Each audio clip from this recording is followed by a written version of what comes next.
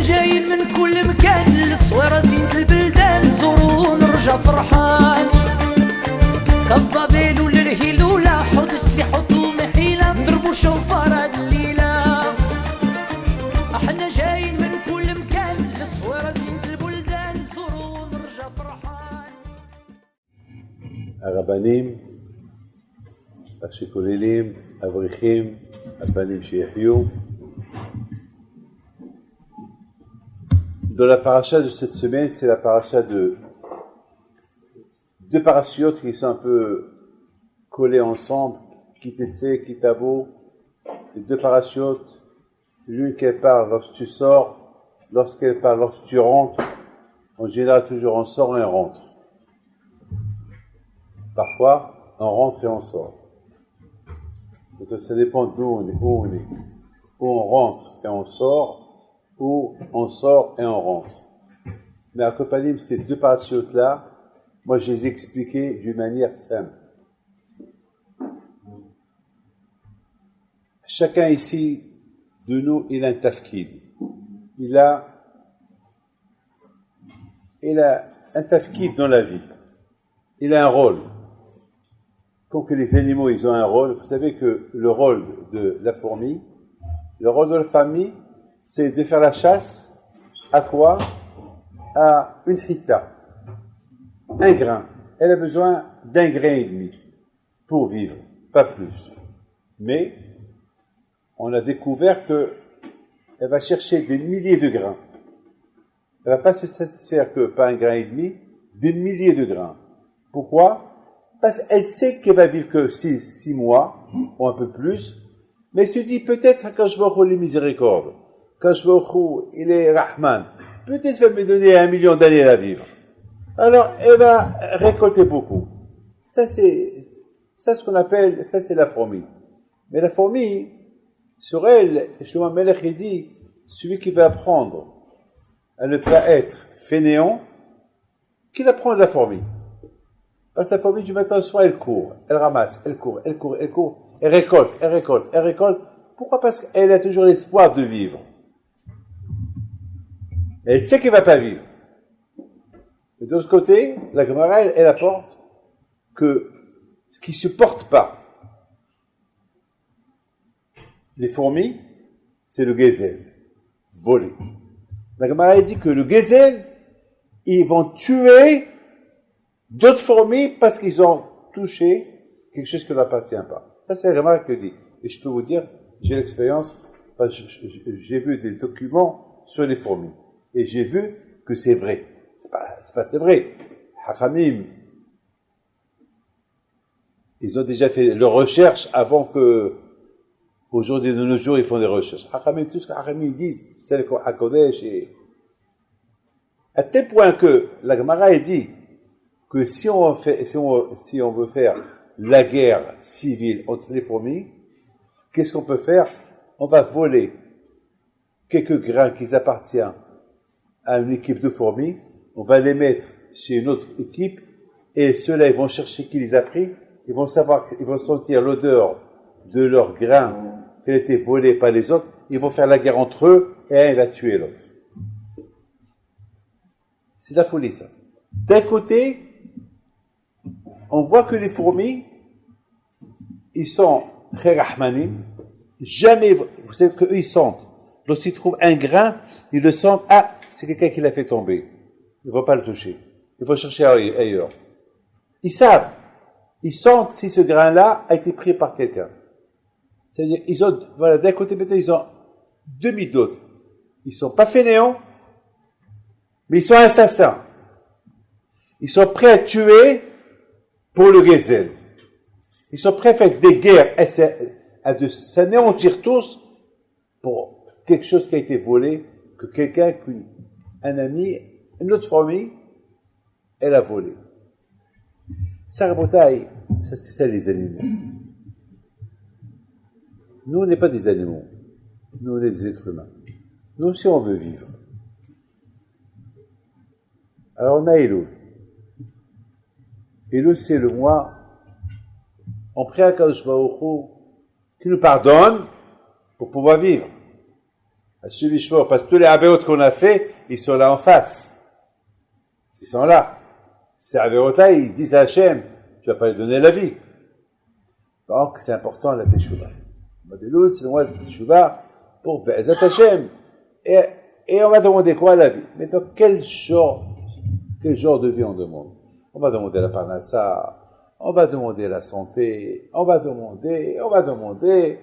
Mais déjà, il faut bien réfléchir à ce que tu demandes. Pas moi aussi je demande, tout le monde demande. Il faut savoir que, parce que lorsqu'on demande à Akadosh Baruch Hu, il faut qu'on demande à Akadosh Baruch Hu une vie pleine, pas une vie vide. Je m'explique. C'est quoi une vie pleine ou une vie vide? Une vie vide, c'est une vie d'argent. Que le matériel. C'est pas ça que tu prends avec toi. Donc tu demandes une vie vide. Tu demandes une vie pleine. Une vie que tu gagnes et dans ce monde et dans l'autre monde. Une vie avec la parnassa et la Torah et les mitzvot. Tu gagnes les deux mondes.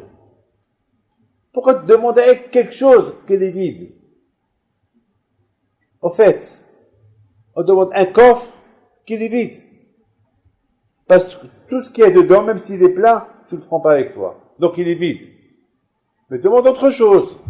Tu peux demander et ça, et tu les donnes. Et c'est ça la bataille, je pense. La paracha de cette semaine, il nous rappelle comme ça. Kititse la milhama. Kititse, ça veut dire lorsque tu sors de l'autre monde. La neshama, elle vient de l'autre monde. Et elle vient faire la guerre.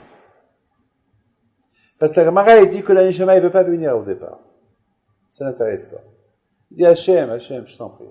Laisse-moi tranquille. Je suis bien avec toi. Pourquoi tu veux m'envoyer là-bas? Et Akash il l'oblige. Non. בעל כוחך אתה נוצר, בעל כוחך אתה נולד, בעל כוחך אתה חי, בעל כוחך אתה מת, ובעל כוחך אתה נותן דין וחשבון. Tu es obligé. Alors, essaie. Alors, elle dit à Akash, je pas le choix. Akash, il dit, écoute-moi, je te promets, je t'aide. Je te promets, je t'aide.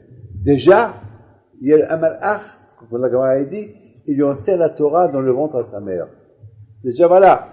Tu vois, Hachem dit à la Neshama, tu vois, je tiens ma parole. Et ce que tu as appris, c'est ça que tu vas tout faire pour découvrir ce que tu as appris. C'est-à-dire, Haram dit que lorsqu'elle sort du ventre de sa mère, la Neshama, elle oublie tout. C'est pas grave. Même qu'il oublie, avec le Beth Midrash, il va récupérer tout ce qu'il a étudié. À ce qui t'était la milhama al obecha. Il y a une promesse, Tanu Hachem et le Krabiyadecha, Vishavita Shevio. Il y a une promesse. Mais il y a aussi, n'oubliez pas, parce qu'une fois qu'il a quitté Tsé, une fois que l'homme il vient ici, il ne veut plus quitter ce monde-là. On lui dit, Kitavo, tu vas venir. N'oublie pas, Kitavo, tu es obligé. Kitavo el-Aretz, Eretz Haïm, la terre de la vie. N'oublie pas, il y a là-bas. Et là-bas, il faut que tu aies quelque chose. Il faut que tu aies dans la derrière. Et c'est ça la bataille. C'est mon cher Rabbeinu Alav Shalom. Il nous rappelle, parce que maintenant, voilà, la semaine dernière, il y a une femme, la pauvre, du 17e. C'est la nièce de Sami Mouyal. 32 ans, elle n'avait rien du tout. Elle a un enfant il y a 2 mois.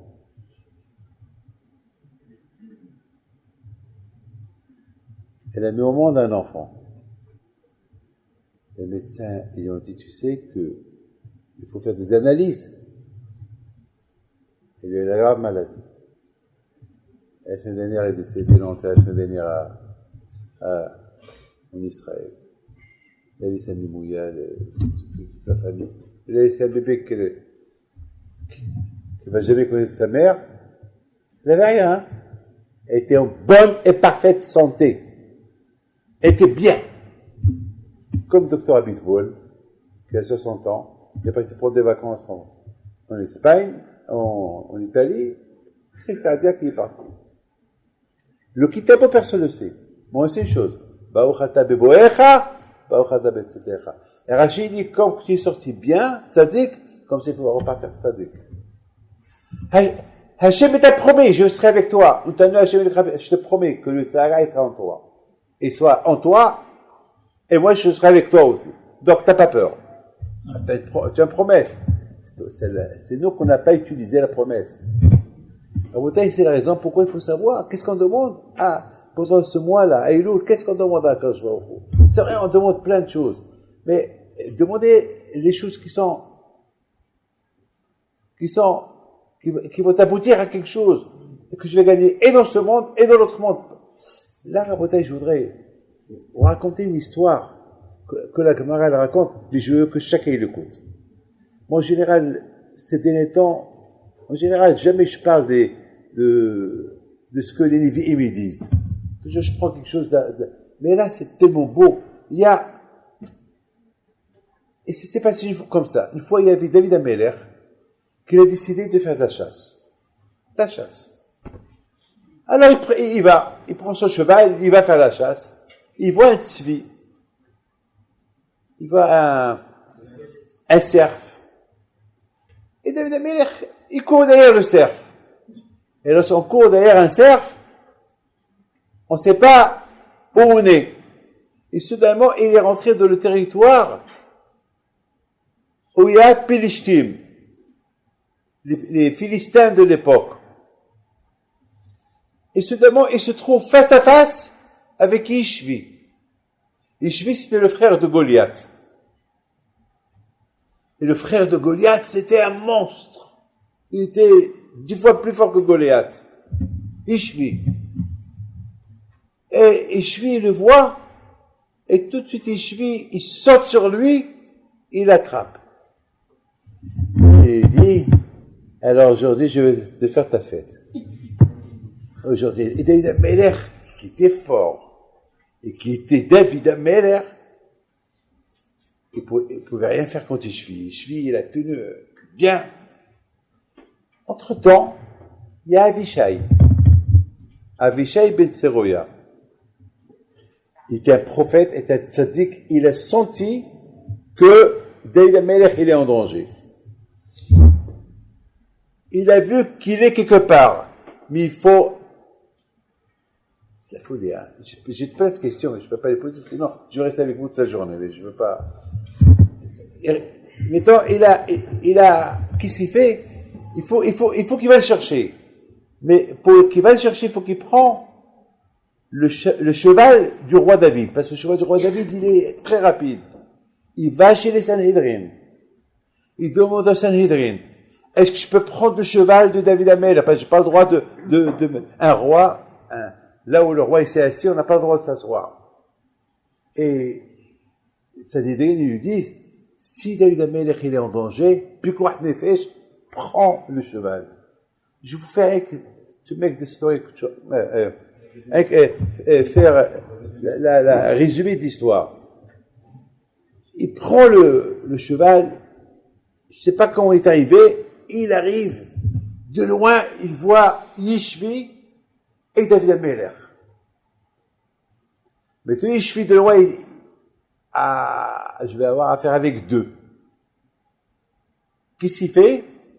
Il prend David, il le jette, BAM! Ouais, pour vous dire, hein. Imaginez-vous quelqu'un qui me prend, moi, il me jette. Je suis lourd, hein, je pèse 100 kilos. À 90. Alors, il prend David Ameler, il le jette très très fort, je sais pas combien de mètres, dizaines de mètres, il prend son épée, il le met par terre, comme ça, David Ameler, il tombe sur l'épée. Maintenant, lui, il va s'occuper d'Avishai.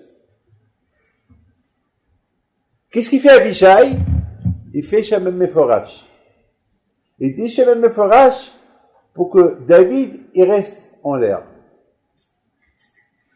Et David, il reste en l'air. Comme ça. Voilà. J'ai rien à dire. Qu'est-ce qui se passe? Avishai, qui s'y fait? Il va faire la guerre contre Ishvi. Il fait la guerre, il le tue. Il prend l'épée de sa place, il redit Shemem Meforash, Et David Amelech, il descend. Et David Amelech, il lui dit merci. Et Ishvi et Avishai, il dit David Amelech, la prochaine fois, jamais ne fais pas ça. Et toi, Amissa, ils ont demandé à David Amelech, ne fais plus ça. Tu veux sortir, sois toujours accompagné. Voilà le Midrash. Il est beau, il est bien. Putain, moi, j'ai rien compris. J'ai pas compris pourquoi Ishvi, il prend David Amelech, il le jette. Tue-le. Il le jette, comme ça, il tombe sur l'épée, il meurt. Mais au lieu de le jeter, prends l'épée, coupe-lui la tête. Ce qu'il a fait à Goliath, tu lui fais à lui. Pourquoi tu le jettes?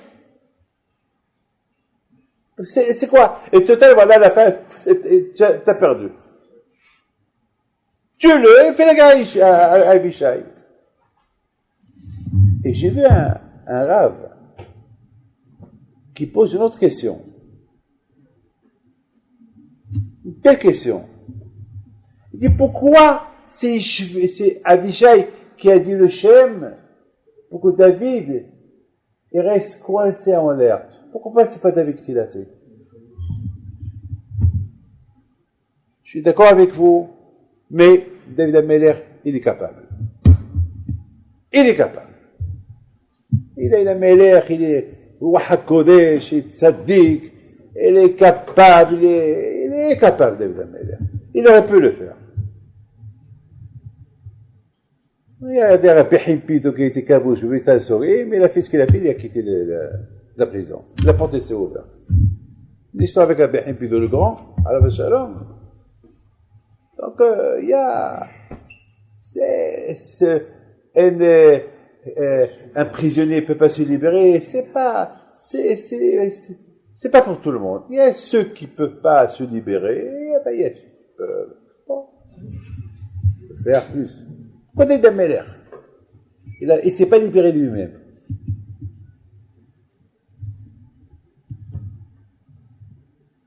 Vous allez peut-être écouter l'une des plus belles histoires que vous avez jamais connues. Elle s'est passée à Ananas la semaine dernière. Très belle histoire. Une chose magnifique. On a un Israélien qui vient prier avec nous à la synagogue chaque Shabbat. Comment ça s'appelle, non? Il arrive. L'Israélien, mais comment? Accompagné. Hein? Ouais. Accompagné, lui, il comprend rien du tout, mais il aime venir prier. Il aime, et les cours là-bas, ils sont en français, c'est pas en hébreu. Et pourquoi je m'excuse, je suis désolé. Mais il dit, mais ça va, je comprends. Des paroles qui sortent du cœur, et ça rentre dans le cœur. Plus ou moins, après je demande, et ça va. Bon. Qu'est-ce qu'il me raconte la semaine dernière? Lui, il va de temps en temps en Turquie, mais écoutez ça, hein. Il va de temps en temps en Turquie pour faire du business, il achète, de là-bas. Mercredi dernier, il était en Turquie, avec son copain, il a fini ce qu'il devait finir, il retourne. Lui, son copain, il va à l'aéroport, et voilà, avec la circulation, ils ont raté le vol. Il rate le vol, ils ont de la peine, il va à l'aéroport, pas de vol, tout est complet, ils ont annulé des vols, et à la fin, ils ont dit, il y a un minuit. De 10h du matin jusqu'à minuit. Qu'est-ce qu'on va faire? De 10h du matin jusqu'à minuit, qu'est-ce qu'on va faire? Hachem, pourquoi? J'ai la fayoumi, et j'ai ça, je l'embaille, la prière, lui, toujours, il rate pas sa prière, et toujours, il rate pas son limoud. Sauf Bon, il n'avait pas le choix. Bon, toute la journée, il tourne à l'aéroport, lui et son copain, vers le soir, il voit une annonce que le départ pour Tel Aviv, c'est un terminal très loin. En général, il m'a dit, jamais il y a des départs de Tel Aviv de ce terminal-là. Jamais. Là-bas, c'est un terminal uniquement pour les voyages, ceux qui partent en Asie. Alors, il faut encore courir. Bon. Hachem, pourquoi tu me fais ça? Bon. Pas de réponse. Il arrive. Il voit que des Israéliens, ça part, donc il attend. Bon, voilà. Bon, il marche un peu, et de loin, il remarque une paire de filines. Il va, il marche, il me dit, je marche, je trouve une paire de filines.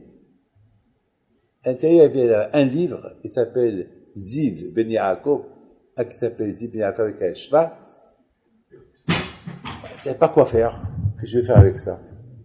Bon, il a dit à son copain, bon, c'est quelqu'un peut-être, il va chez tous les Israéliens, c'est à vous, c'est à vous, c'est à vous, c'est à vous, c'est à vous. Non, non, non, non, là, là, c'est le Chili, non, non, non.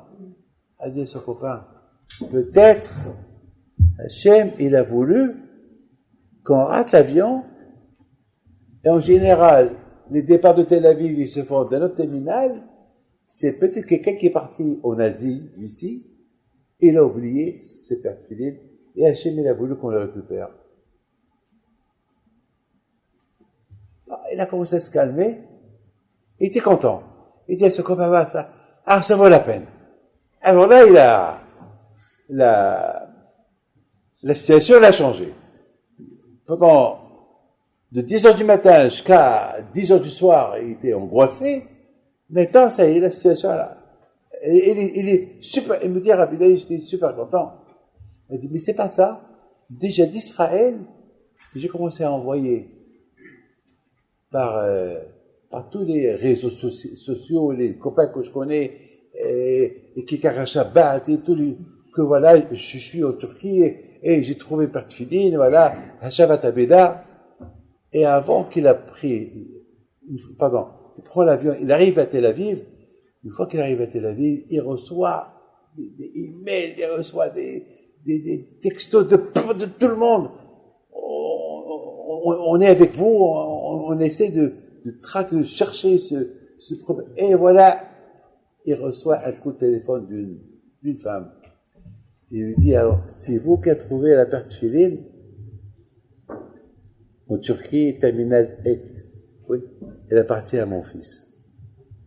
Elle est à mon fils. Merci beaucoup.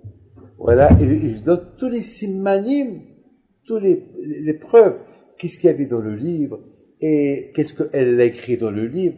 À tous ces simanim, ils sont venus, ils ont récupéré les livres. De filer le livre. Ça, c'est une belle histoire. Alors, j'ai demandé maintenant à ce monsieur-là, cet Israélien, maintenant tu es content? T'as pas de problème maintenant avec le bon Dieu? Non, je suis super content. Alors, tu es content? Il me dit, je suis content. T'as pas de problème avec lui? Non. Mais pendant un X temps, tu avais un problème. Pourquoi t'as raté l'avion? Ouais. Mais maintenant, tu es content. Ah, pourquoi tu es content? Il me dit, je suis content parce qu'au Hachem, moi, j'ai sauvé une perte filine de ne pas être jeté à la poubelle. Il dit, nom de Dieu, vous vous rendez compte, Rabbi David? Je m'en fous de l'avion, même s'il faut que je reste là-bas 2 jours. Très bien. Je peux te poser une question? Écoutez bien ma question. Hein. Moi, j'aime faire des recherches. Tu me dis quoi? Pourquoi Kadosh Baruch Hu, il n'a pas fait que le monsieur, il n'oublie pas ses pertes filées, et toi, tu ne rates pas ton avion? Pourquoi Kashrel a fait tout ça? Pourquoi Kashrel n'a pas fait que le monsieur là-bas, qui est parti en Asie, il ne perd pas ses pertes filées, il ne les oublie pas, il voyage avec, et toi, tu ne rates pas ton avion. Alors, toute ta joie est parce que, Baruch Hashem que j'ai raté l'avion, parce que j'ai sauvé le perte filée. Mais entre-temps, tu as souffert. Pourquoi que je ne serais pas fait que l'autre ne perd pas cette filée, et toi, tu rates pas ton avion, tu aurais fait de la failloumée, etc. Il dit, Rabbi David, j'ai pas pensé à ça. J'ai dit, mais toi, tu penses à ça. Ah, tu as une réponse? Il lui dit, Rabbi David, mais comment je pouvais savoir que j'aime tant Hachem s'il n'y avait pas ça?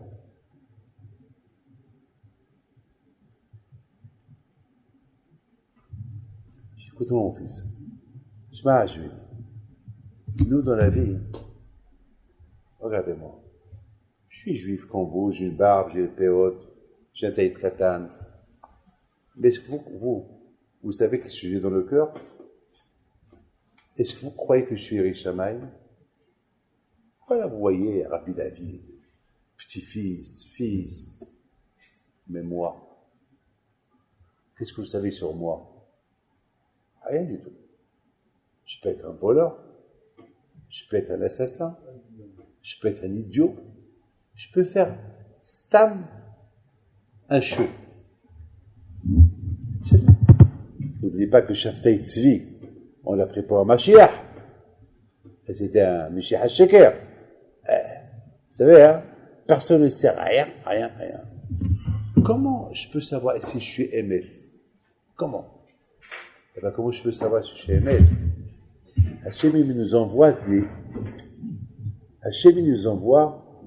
des nisyonotes, des épreuves. Et ces épreuves-là, voilà la preuve, voilà. Chaque Kippour, on reste les mêmes. On n'a pas changé, wallo. Donc on est des hypocrites avec le bon. On se prend pour des tzadikim, on n'est rien du tout. Voilà la preuve, l'année dernière. On a fait Teshuvah, on a dit, on va plus faire. On a fait, on a fait les plus graves bêtises de toute l'année. Alors quoi, alors, on est des menteurs. Et encore, on va venir, encore. Moi, j'imagine le bon Dieu, dès qu'on est comme ça, il dit, encore il recommence. Encore il recommence. Ben, j'imagine, comme c'est écrit dans Hachem, Yoshev Hashamayim, يضحك comment il est basé يضحك là quand je vois Khouil est là-haut il rigole Hachem il rigole pourquoi il rigole parce que d'abord combien chez lui comme ça il y avait 60 ans que je te vois faire ça t'as pas changé et 60 ans d'accord finalement on est des menteurs c'est ce que je vous ai dit quel Elul c'est de remplir le halal l'espace vide, le remplir avec des bonnes choses. On demanderait à Kadosh Baruch Hu, l'écart ne demande pas. On demande à Kadosh Baruch Hu la vie, on demande à Kadosh Baruch Hu l'argent, mais le écart, Hatchamaïm, servir Hachem, étudier la Torah, aide-nous, on ne demande pas ça à Kadosh Baruch Hu. L'écart ne demande pas à Kadosh Baruch Hu. Le plus important, le demande. Et c'est ça que tu vas prendre avec toi. Alors, écoutez bien. Akash Baruch Hu, de temps en temps, il veut nous mettre à l'épreuve pour voir qu'est-ce qu'on vaut. Est-ce que je vaux ou je vaux pas? Est-ce que je suis un hypocrite, je suis pas? Je suis bien, je suis pas bien? Qu'est-ce que je suis? Akash Baruch Hu, il m'apporte une épreuve d'avion. Je rate l'avion. Pendant que je le rate, pourquoi? C'est vrai, c'est normal. Pourquoi? J'ai dit, oui, je l'embaille. Je sais pourquoi tu m'as fait ça, bon, je comprends pas, mais pourquoi? Le moment, Rabotaï, que je trouve le Père Tfilin, il a fait tout ça pour qu'il va voir ma réaction au moment que je vais trouver cette Tfilin. Est-ce que je vais être content ou je vais pas être content? Parce qu'il peut y avoir quelqu'un qui va pas le Père Tfilin. Bon, il va les prendre, mais il va toujours dire, que j'ai raté mon avion. Mais Al-Hamar, t'as raté l'avion, mais regarde, tu dis ça que tu as fait. Malgré ça, celui-là, il a un problème. Celui-là, il aime Hachem, mais sous condition, avec des conditions. Comment c'est les conditions? Si tout va bien pour moi, je t'aime. Rien ne va pas pour moi, tu es de côté. Voilà, c'est ça. Donc, cet Israélien Rabotaï, il a montré, à 15 jours, il a montré, toi, tu m'aimes, et moi, je t'aime. La preuve que depuis que tu as trouvé ces patidines, tu as changé, tu es heureux. Non seulement que tu as tout fait pour rendre comment ça s'appelle, la Aveda, là, ce que tu as trouvé pour le rendre à 17, et la preuve, et au moment il m'a dit, Rabbi David, tu peux pas imaginer la joie que j'avais, lorsque j'ai vu la maman, j'ai donné les patidines, comment j'étais content, j'ai dit, aïe, quel mitzvah j'ai fait. Toi, tu es un bon jour. Toi, tu as ta vie. Toi, ta avodat Hashem, elle est émet. Toi, ton service à Hashem, il est émet. Toi, tu es émet. Et là, Hashem, il t'a prouvé. Alors maintenant, tu peux bien faire ton Elul, 100%, tu vas être super. Tu passes une bonne année. Parce que je vois il aime comment tu vis avec lui. Tu profites pas de la Kadosh Baruch Hu. Rabotai, écoutez bien. On a une haftaha de Hakadosh Baruch Hu qui te sait, lorsque tu quittes l'autre monde pour venir à ce monde-là, qu'on va, et Yetzara, et avec les d'Hachem, on va le gagner. On a une haftaha, on a une promesse que Hachem va nous aider pour le gagner. On a une promesse, donc il n'y a pas de problème. Puisque tu as une promesse, alors n'oublie pas que après 120 ans, tu retournes dans l'autre monde, n'oublie pas que ne viens pas les mains vides. Ne viens pas les mains vides, viens avec de la marchandise, viens avec comme il dit Ben Ish Chai. Il y a un livre qui s'appelle Olelot Ephraim. Il y a un beau livre qui s'appelle Olelot, il dit comme ça, il dit Ba'olam hazeh lo mochrim, rakonim. Ben Ish Chai apporte ça dans ses livres. Dans ce monde-là, on ne vend pas, rien qu'on achète. Dans ce monde-là, on ne profite pas. Rien qu'on achète des mitzvot. La Torah s'appelle Kinyan. Achète la Torah, achète. Ne la vends pas. Ne la brade pas. Ne va pas sortir pour ton téléphone uniquement sur le compte de la Torah. Donc tu vends la Torah pour le téléphone. Ba'olam hazeh, il apporte une belle preuve. La preuve qu'il apporte, il dit, Yosef, il dit à ses frères, si Paro, il vous dit, Mama asechem po, qu'est-ce que vous faites là? Est-ce que vous êtes des vendeurs ou des acheteurs? Dites-leur, nous, on est comme nos parents, on n'est que des acheteurs. On n'est pas des vendeurs. Dans ce monde-là, il n'y a rien à vendre. Je ne veux pas vendre ma vie pour des bêtises. Je ne veux pas vendre mon temps pour des bêtises. Les Américains disent time is money. Le temps c'est l'argent. Pourquoi je vais vendre mon temps? Pourquoi je vais gaspiller mon temps? La bouteille, c'est ce que chacun de nous. Maintenant, j'ai compris maintenant la belle histoire que je vous ai racontée. Et je vous ai posé deux questions. La mienne et celle d'un rave. La mienne était pourquoi David HaMelech alav shalom, pourquoi lui-même, non, ma question était pourquoi Yishvi, il n'a pas tué. Entre vous et moi, c'est risqué, oui ou pas? Entre vous et moi, pourquoi je vais jouer? Je vais prendre David HaMelech, je vais le jeter, et je mets l'épée, et je m'occupe de Avishai. Alas, tue-le, et pas occupe-toi d'Avishai. Moi, c'est sûr que tu as tué un. Si l'autre tu l'as pas tué, moi, tu l'as tué.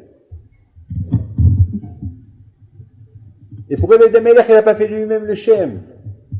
Pourquoi il n'a pas fait Shem Meforach pour qu'il tombe pas? Pourquoi c'est Avishai qu'il a dit le Shem, il a dit un nom de Dieu, et hop, David HaMelech est resté coincé entre le ciel et la terre.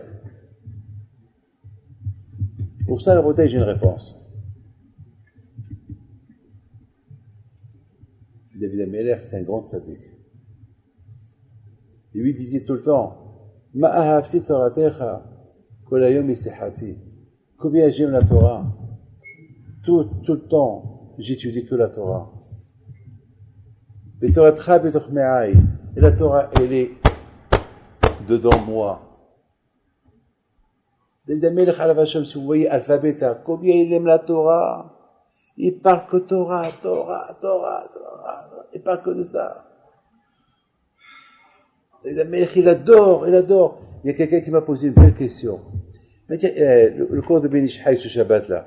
Je lui ai dit, Rabbi David, je peux vous poser une question. J'ai remarqué que tout le temps, vous parlez que de la Torah.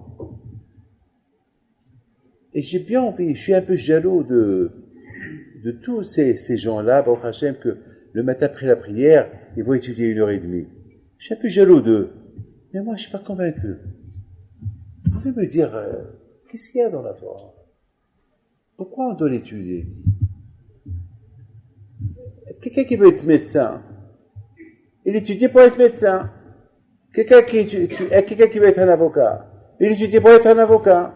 Quelqu'un qui étudie pour être un architecte, il va devenir un architecte. Mais moi, je vais étudier la Torah pour être rabbin. Je sais que jamais je serai rabbin. Ah, pourquoi je vais étudier la Torah? Jamais je vais être rabbin. Ah, pourquoi je dois étudier la Torah? Les halachot, j'entends les cours de halacha, et je fais je mets le tefillin, je fais Shabbat, ma femme Nida, je respecte. Pourquoi? C'est des halachot que j'ai jamais... Quoi, Rabbi David, vous voyez, moi, trouver quelque chose, et je vais tenir avec un autre... moi, je vais dire que tout est à moi, l'autre va dire... Pourquoi Alors... je le regarde, et je vois que tout le monde qui veut, c'est une question intéressante, vous ou pas? C'est une question intéressante. Je le regarde. Il faut que je lui donne une réponse adaptée à sa question. Je peux accepter. Alors je vais dire, ferme-la. Alors je vais dire, allez, étudiez, ne parle pas. Mais lui, il faut, parce qu'il m'a dit une phrase. Il a dit, je voudrais bien étudier, je suis jaloux, mais je ne suis pas convaincu. Il faut le convaincre. Je dis, dis-moi mon fils, un Marocain qui a mal à la tête, qu'est-ce qu'il fait? Déjà, ça attire, hein, un Marocain. Il me dit, je ne sais pas. Nana, peut-être un verre de thé. Je dis, non, il a mal à la tête. Il y a un qui a dit Shiba, il y a l'absinthe.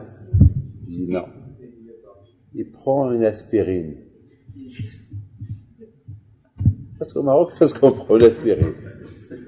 Un Français qui a mal à la tête, qu'est-ce qu'il prend? Doliprane. Advil. Un Israélien qui a mal à la tête, qu'est-ce qu'il prend? Acamol. Pour le... Tout le monde, écoute, cette aspirine, Doliprane, cet acamol, celui qui a mal à la tête, qui n'a jamais vu dans sa vie ce médicament, il vient se plaindre qu'il a la mal à la tête, je lui dis, tiens mon fils, prends ça et ça va passer. Prends ça, ça va passer. Mais c'est quoi ça? Ça, c'est un médicament. Ce médicament, il va m'enlever le mot tête. Ouais, j'ai mal à la tête dedans. Mais c'est quoi ça? Ça va t'enlever le mal de tête. Mais il va rien comprendre. Essaye. Prends-le avec de l'eau et tu vas voir. Une heure plus tard, je dis alors comment ça va? C'est magique. Super. Oh Hachem, plus mal à la tête. C'est quoi ça? C'est quoi ça? C'est le médicament. Il y fait avec quoi? Je sais pas, c'est un médicament. J'ai dit, mon fils, Hachem nous a donné la Torah pour abattre le Yetzirah, les tentations. Au départ, on dit à quelqu'un, tu as Yetzirah, étudie la Torah. Lui aussi, il va rien comprendre. C'est comme celui-là qui a mal à la tête et tu lui donnes de Doliprane. Il comprend pas quel rapport le Doliprane et le mal de tête. Mais prends-le! Et tu verras plus tard. Il y a des choses qu'on ne pose pas de questions. David Amelech dit Ta'amou ou Kitov Hashem. Goûte, tu verras. C'est tout. On dit que la Torah Magina Matsuli, la Torah elle protège. Bémet, la Torah elle protège. Je vous donne parole d'honneur.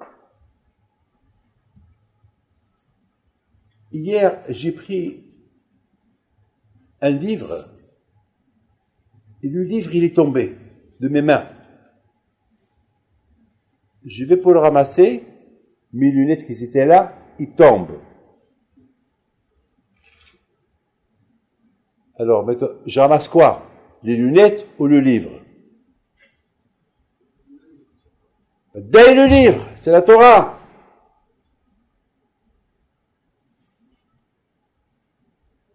Alors, je me suis posé une question. Pourquoi les lunettes sont tombées?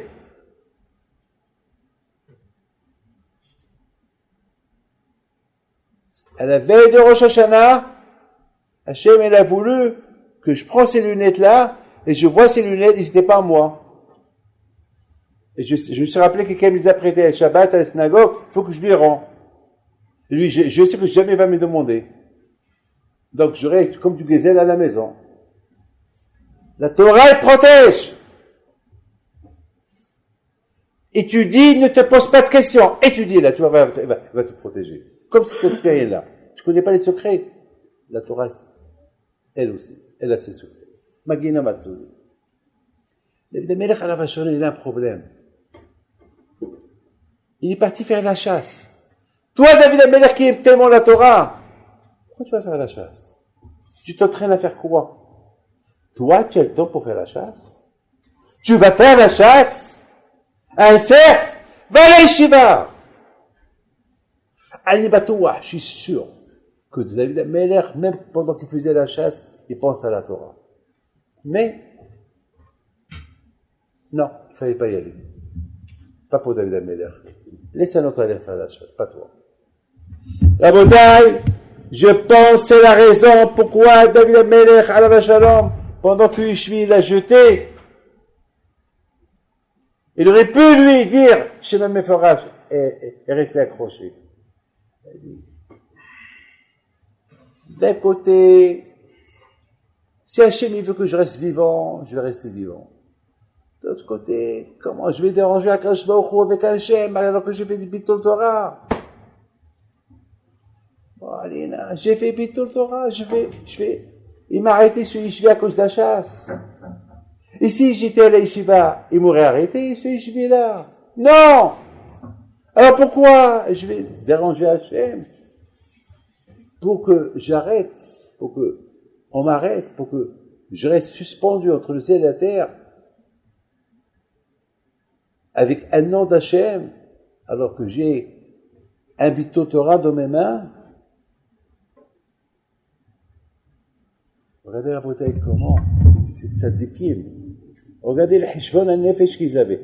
À la rigueur, ils étaient prêts à mourir et à ne pas, hasu shalom, utiliser le nom d'Hachem, faire Shem Meforash pour descendre, pour éviter ce qui devait lui arriver. Bon, entre-temps, Hachem lui a envoyé Ishvi, qui l'a sauvé. Avishai qui l'a sauvé. Rabotai, c'est maintenant que tout Am Israël, ils ont dit à David Amelech, s'il te plaît, David Amelech, étant donné que toi, tu es tellement tzaddik, tellement tu aimes la Torah, tellement tu t'accuses pour le Bitul Torah, alors que nous, on aime la chasse, et toi, parce que à cause de la chasse, tu t'es, toi-même, tu t'es condamné pour ne pas te faire, pour ne pas dire le nom d'Hachem parce que tu penses que tu as fait Bitul Torah. Alors, puisque il y a ça dans tes mains, s'il te plaît, David, ne sors plus seul. Ne sors plus seul! Parce que toi, David Amelech, tu risques de mettre ta vie en danger tout le temps. Parce que, tellement que tu aimes la Torah, chaque seconde, depuis tout le Torah chez toi, tu penses que tu mérites être puni. Alors, je t'en prie, reste. On a besoin de toi. Et ils ont dit une phrase. Velo yechabe ner Israël. Et que la lumière d'Israël ne soit pas éteinte s'il t'arrive quelque chose. Mais donc, pourquoi Ishvi? Il n'a pas coupé la tête. Depuis le départ, pour Sarah Botaï, la réponse elle est simple. La Gava de Ishvi, qui peut tuer deux personnes à la fois. C'est-à-dire que tellement lui, il croyait qu'il était capable, qu'il était fort, sûr de lui. S'il coupe la tête, il n'y a pas de quoi se vanter. Mais il veut aller se vanter que j'ai tué deux personnes à la fois. Un, je l'ai jeté, il est tombé sur mon épée, et l'autre, je l'ai tué. Ça, Rabotai, c'est la différence qu'il y a entre nous, ceux qui étudient la Torah, et ceux qui n'étudient pas la Torah. Ceux qui étudient la Torah, eux, ils ont des hishvonot de chaque seconde de Bitul Torah. Ceux qui n'étudient pas la Torah, leur hishvonot à eux, c'est des hishvonot, c'est leur calcul personnel.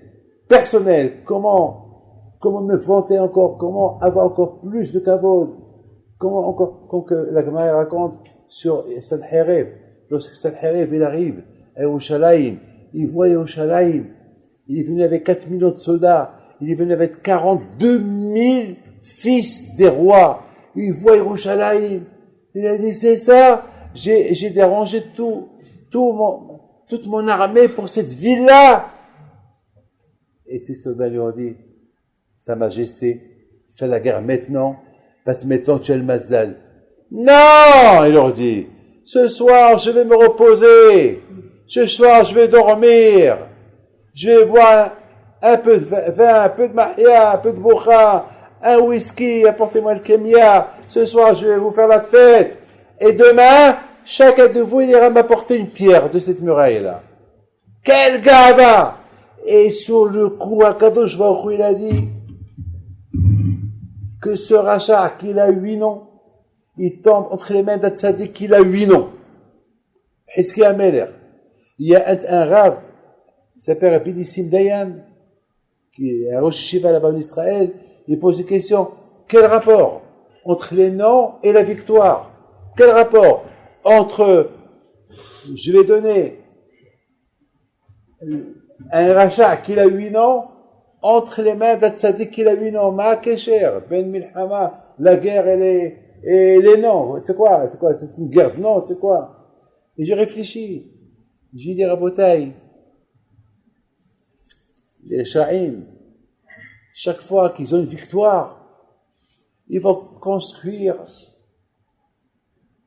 un Sha'ar, l'arc de Titus, l'arc de triomphe, et ils vont s'ajouter des noms selon un nom adapté à leur victoire. C'est ça le Sha'ib. Un nom, la tour d'Eiffel, la tour, ou bien la Concorde, ça, la Concorde. Tu vois, ouais, il est belle. Ça va. Vous avez vu Rabbeinu Akadosh qu'il a fait quelque chose pour les missionnaires qu'il a fait. Rabbiner Ravashi pour les Gemarot qu'ils ont fait.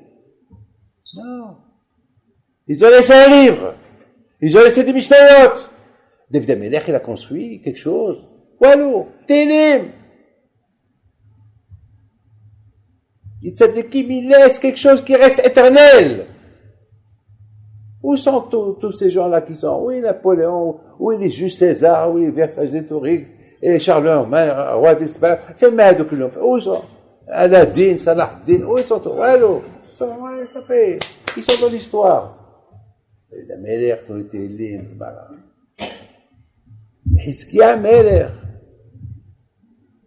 toute sa vie, c'était Torah. Chaque fois qu'on lui a ajouté un nom, parce qu'une fois il a renvoyé tous les soldats. Il avait 200, 300 000 soldats. Il leur a dit, rentrez chez vous à la maison, allez chez vous. Et qui va protéger Israël? La Torah. On lui a donné un nom pour ça. Tous les armes que vous avez, dans chaque Beth Knesset, plantez une épée, une lance. Souvenir que la Torah, c'est elle qui protège, c'est pas l'épée, c'est pas la lance. Waouh! Alors ils ont donné un nom à Hizkiya par rapport à ça. Et chaque fois qu'il a fait quelque chose de super, il a reçu un nom. Voilà la différence entre les tzadikim et les shayim. C'est ce que Hachem il a dit. Hachem il a dit, ce Baal Gava, qui s'est fait 8 noms de Gava, eh ben, il va tomber entre les mains d'un tzadik qui a 8 noms de Tzidkut. C'est ça, Rabotai, ce que chacun de nous va prendre avec lui. Rabotai, vous avez compris? Vous avez compris, Rabotai, c'est la raison pourquoi David Amelech alav shalom, il sait, il voit David Amelech, il aurait pu se venger. David Amelech, il n'est pas fort, il aurait pu combattre Ishvi. Il aurait pu combattre Ishvi. David Amelech a tué Goliath. David Amelech, il prend une flèche, il la jette, la Gemara dit, il va tuer 700 personnes. La flèche, elle va traverser toute une ligne. Donc, j'ai une flèche, une fois qu'elle a tué une personne, la flèche, elle s'affaiblit. Mais tellement de la force comme elle a été tirée des mains de David Amelech, il aurait pu percer presque 700 soldats. Ça, c'est David Amelech. Alors, David Amelech, Ishvi, Chelavo. Abat-le! Non. Sur l'autre pensée, j'ai fait Bito Torah. Je mérite ces souffrances-là. Et si je ne mérite pas, je me protège. Ça, c'est David Ameller. Celui qui a dit, Ma ahavti toratecha kol hayom isehati, combien j'aime ta Torah, toute ma journée c'est Torah. Alors que tu fais à la chasse. Qu'est-ce que tu fais sur un cheval pour aller faire la chasse? C'est du Moussa qu'on apprend de ça. Chacun comment il prend ce qu'il peut de ça. C'est pour ça que David Ameller, c'est pas défendu. Et c'est la raison aussi pourquoi il n'a pas dit de Shem pour qu'il reste suspendu. Et c'est la raison pourquoi aussi Ishvi, il n'a pas touché. Il a Shamaïm, ils ont fait que Ishvi ne le touche pas. Quand je me retrouve, je t'abache, moi. Il sait. Il a Shamaïm. Ils ont fait rentrer dans la tête d'Ishvi, toi qui me la gava, allez, prends-le, jette-le. Quand je me retrouve, il a dit, parce qu'Hachim, il a vu que David Ameller, il est Yachar. Il est Yachar. Alors, Rabotai, Be'ezat Hashem, que je me retrouve, il vous donne à vous tous, Bechab, Atzlaha, Velut Agouf, Kenatzon, L'Avodat Hashem, il vous donne Arichut Yamim Bishanim, et je vous souhaite à vous tous, Shana Tova, Tikatebo, Vitahatemo, Haïdou, et surtout une chose, n'oubliez pas une chose, tout à l'heure je vous ai dit, il ne faut pas demander des bêtises à Akadosh Baruch Hu. Ne demandez pas des bêtises. Réfléchissez, qu'est-ce que vous allez demander à Akadosh Baruch Hu. De toute façon, quand je crois il est à côté, il répond, il donne. Ne pas demander des choses qui vont vous aider plus tard. Demandez des choses. Demandez les Hachamaï, même qu'on dit que tout est les mains dans le ciel, que tout est entre les mains du ciel, sauf les Hachamaï, mais demandez-la. Demandez-la quand même. Demandez-la. Parce que Hachem Shoel Mimcha Kemia, Hachem, qu'est-ce qu'il veut de vous? Un Klaya. Alors quand je vois que tu veux de nous, alors aide-moi, donne-moi. C'est ce que tu veux de nous? Donne-moi. Alors quand je va vous aider. Mais Hachem vous aidera uniquement lorsqu'il voit que vous cherchez à être aidé. Il dit, c'est la milhama. Le plus important à Botaï, la crainte, c'est, quitte à vous. Pas de quitter, tu sais, voilà, on est là, ça y est, on est là. Mais après, quitte à vous. Est-ce que ce quitte à vous après 120 ans, il y a quelque chose dans les mains où il n'y a rien du tout? Et c'est ça, c'est la raison pour qu'on a besoin de Rosh Hashanah et Kippour et le mois d'Elul. On a besoin que, après 120 ans, quitte à vous avec, vous savez, hier, dans le journal, hier, j'ai lu, ils ont découvert un Chinois, non, un d'Indonésie, il a 145 ans. Alors maintenant, c'est l'homme le plus vieux du monde. Ils ont cru que c'était une femme qui avait 135 ans. Maintenant, on a dépassé Moshe Rabbeinu, les Avdil, 140. Il leur a apporté des preuves. Il y a même, ils ont fait des années, d'après l'histoire, d'après tout ce qu'ils ont découvert. Maintenant, depuis, il a perdu ses enfants, ses petits-enfants, ses arrière-petits-enfants. Il a enterré tout le monde. Il a enterré tout le monde, il les a enterrés. Il a ras-le-bol de vivre. Ça fait 20 ans qu'il prie à sa Avodah Zara pour qu'il meure. Et il ne veut pas mourir. Il a peur de rester vivant. Mais c'est un monsieur qui ne veut pas se suicider. Il dit non, je crois dans la vie, mais j'ai ras-le-bol de la vie. Ils lui ont posé une question. C'est quoi le secret? Vous savez que c'est quoi sa réponse? Il leur a dit, Savlanut. J'ai été patient. J'ai été patient. C'est-à-dire que jamais je m'énerve. Aucun n'a réussi à m'énerver. Tout mal qui m'arrive, je l'accepte. Et c'est vrai, hein. La plupart des graves maladies, c'est à cause de mauvais sang et tout, hein. La patience. Savlanut. La Bouddhaï, imaginez-vous que vous êtes Savlanut, Akadosh Baruch Hu, il est avec nous. C'est pour ça qu'Akadosh Baruch Hu, il est éternel. Parce qu'il est Savlanut. Il ne s'énerve pas. Il accepte. Encore, on se moque de lui. Il accepte, il accepte. Il accepte, il accepte. Et vous êtes fiers de vous que vous étudiez la Torah, que Hachem, il vous donne à vous tous, bracha, betzlaha, et je souhaite à Rabbi Moshe beaucoup d'atzlaha pour diriger ces commodes-là, et je souhaite beaucoup d'atzlaha à Rabbi Raphaël de Bechor, qui, Baruch Hachem, il dirige Lyon, Marseille, il construit une très belle synagogue à Ashdod. Baruch Hachem, il fait du beau travail, que Hachem lui donne beaucoup d'atzlaha, qui réussit, que Hachem lui donne Zera Shel Kayama, Keneratson, Shel Torah Mitzvot. Et Rabbi Yoel, quand je vois où il l'aide, il fait du beau travail à Anana, Bléanara, et les gens ils sont amoureux de lui là-bas déjà, il a des chassidim, voilà. Il a réussi son, bon, c'est, et Rabbi Tzhak, quand je vous donne, vous avec Rav Simchi, Rav Vin, Hachem vous donne Bracha Tzlaha pour bien diriger le Makom, ensemble avec Rabbi Moshe, Shalita, quand je vous il vous donne des Mahshavot Tovot pour bien diriger le Makom, et voilà, et Bisrot Rabbi Haim Pinto, que Hachem, que son zéchut soit avec vous, Keneratson, Bémet, c'est moi une fois dans l'année, je vais à Essaouira, une fois dans l'année, je ne vais pas 2 fois, une fois avant, j'allais souvent, une fois dans l'année, je lui demande beaucoup de choses, Baruch Hachem, il y a des choses qui me répondent, il y a des choses qui me répondent pas, et lorsqu'il me répond pas sur certaines choses, je sais que c'est pour mon bien, et je sais qu'il y a Zechut Avot, et Zechut Avot Tagen Ba'atrem Keneratson, et encore une fois,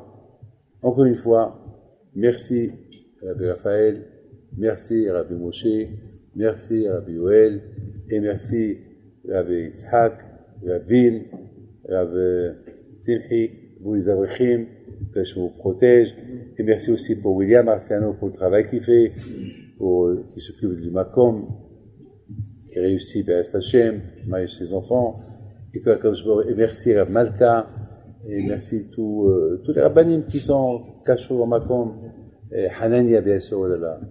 Hanania, Mazato pour le mariage de sa fille qui verra des enfants. Voilà, je vous souhaite toutes les brachot qu'on peut souhaiter à Rosh Hashanah. Je serai d'Israël à Rosh Hashanah et Kippour et Sukkot. Alors voilà, je vous souhaite tout le bien, Be'ezat Hashem. Et merci pour tous ceux qui sont attachés au Makom de Rabbi Haim Pinto. Parce que le plus important, c'est pas moi et c'est pas mes enfants, c'est le nom qui porte le Makom. Rabbi Haim Pinto Alav Hashanah. C'est lui, quand par exemple il y a quelqu'un qui est venu chez moi, je ne peux pas vous dire quand, je dis pourquoi depuis que tu viens plus? Mais il y avait Rabbi David, vous n'êtes pas là. Je dis mais Rabbi Haim Pinto il est là. Ah, mais toi tu viens pour un problème. Alors retourne à ta place. Mais Rabbi Haim Pinto il est là. Ah, mais toi que j'ai besoin de lui, tu vas chez lui? Non. Il m'a regardé, il m'a dit Rabbi David, vous avez raison. Et il n'a pas le choix. Voilà.